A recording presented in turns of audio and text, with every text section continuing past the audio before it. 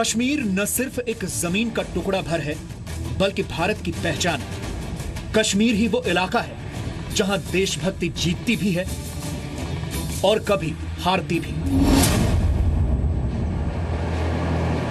कश्मीर की जीत को समझने के बाद कश्मीर के इतिहास को समझना भी जरूरी हो जाता है।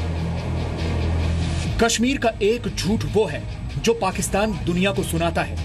पाकिस्तान के प्रधानमंत्री नवाज शरीफ को लगता है कि एक न एक दिन कश्मीर पाकिस्तान का अंग बन जाएगा। हम सबकी दुआएं उनके साथ हैं और हम उस दिन के मुंतजिर हैं जब इंशाल्लाह कश्मीर बनेगा पाकिस्तान। हम उनके साथ हैं, साथ है। हाथ खड़ा करके कहो, हम उनको कभी तन्हा नहीं छोड़ेंगे, उनके साथ हैं, उनके साथ हैं। 66 साल के नवाज शरीफ का यह सपना कभी पूरा नहीं होगा, क्योंकि नवाज शरीफ जो सपने देख रहे हैं उसकी बुनियाद में एक 69 साल पुराना झूठ है। और इसी झूठ को पाकिस्तान ने अपने स्कूलों के सिलेबस में भी शामिल कर लिया है। सुनिए, जब दुनिया भर में पाकिस्तानी कश्मीर में जनमत संग्रह की बात करते हैं तो उन्हें कैसे मुंह की खानी पड़ती है। You said Kashmir, Pakistan has no legal basis on Kashmir. I don't understand what sort of legal basis should we have. You have mentioned about the UN resolution.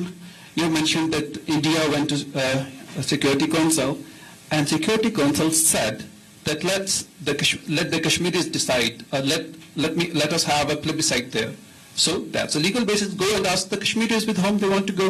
Every single thing that you just said is fictional. Let's first begin with the UN Security Council Resolution 48. Sir, have you read it?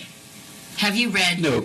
Okay, so the first thing I'm going to encourage you to do is go on to the UN Security Council's website and read that fabulous resolution that every Pakistani points to, but which not a single one has read. I also then want you to take the actual version from the UN Security Council, and then I want you to compare that to the claims made by Pakistan's permanent representation to the UN. And you're going to understand your confusion, sir. So the resolution is actually very clear. There are 3 steps. They were sequential and they were conditional.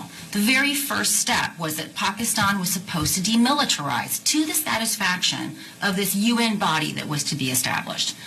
Then, conditional upon the UN being so satisfied with this demilitarization, India was also supposed to demilitarize with a presence being permitted to defend itself against Pakistani aggression.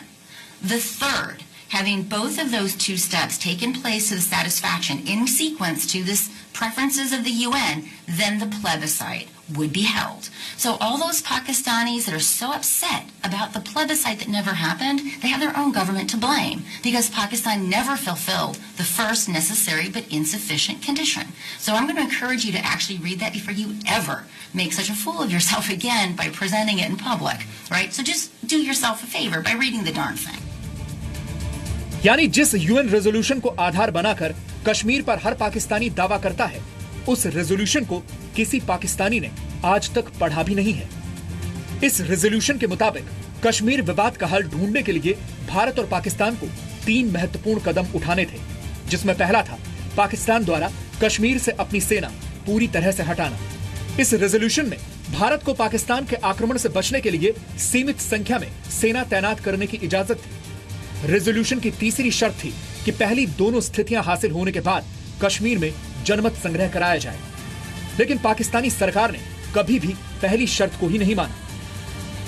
Pakistan अपनी पूरी सेनाएं हटाएगा, वहां पर उसके कोई सेना के लोग नहीं रहेंगे, न तो उसके एडमिनिस्ट्रेशन के लोग रहेंगे और न तो कबायली रहेंगे। जब ये हट जाएंगे उस वक्त जनमत संग्रह की बात की गई थी। पाकिस्तान ने अपनी सेना को नहीं हटाया, कबायली वहां पर रहे, उनका एडमिनिस्ट्रेशन वहां पर पुख्ता रहा। मैं आपको ये बताना चाहता हूं कि उन लोगों ने उस वक्त इतना अत्याचार किया था कश्मीरियों पर, उरी तक, मुजफ्फराबाद से उरी तक आ गए थे। रेप, लूट, आर्सन, मर्डर, किलिंग, सब कुछ किया था। उनको कोई भी आदमी जनमत संग्रह में नहीं कहता कि पाकिस्तान के साथ रहेगा। ये उसकी वास्तविकता है। जाहिर है, अगर कश्मीर पर पाकिस्तान का दावा सच होता तो वो यूएनसीआईपी के रेजोल्यूशन को जरूर मानता, लेकिन उसने कभी ऐसा नहीं किया। क्योंकि पाकिस्तान जानता था कि कश्मीर में जनमत संग्रह का मतलब होगा पाकिस्तान की करारी शिकस्त। इसलिए वो कश्मीर वाला कैसेट हर जगह चलाता है, लेकिन इस समस्या को हल नहीं करना चाहता, क्योंकि कश्मीर समस्या का हल होते ही पाकिस्तान का पूरा अस्तित्व संकट में आ जाएगा। ब्यूरो रिपोर्ट, जी मीडिया। तो अब आप समझ गए होंगे कि कश्मीर की समस्या किसकी देन है, और सबसे बड़ी समस्या जो है हमारे देश में वो ये है कि लोगों को इतिहास के बारे में जानकारी नहीं है, लोगों ने पढ़ाई नहीं की है, और हमारे जो डिजाइनर पत्रकार हैं, हमारे जो एक्सपर्ट्स हैं, जो स्टूडियो में बैठकर डिबेट करते हैं या बाहर निकलकर नारेबाजी करते हैं, वो जानते ही नहीं कि 1947 में, 1948 में, 1949 में क्या हुआ था, कश्मीर असल में किसका इलाका था, और कैसे कश्मीर पर पाकिस्तान कब्जा करके बैठ गया।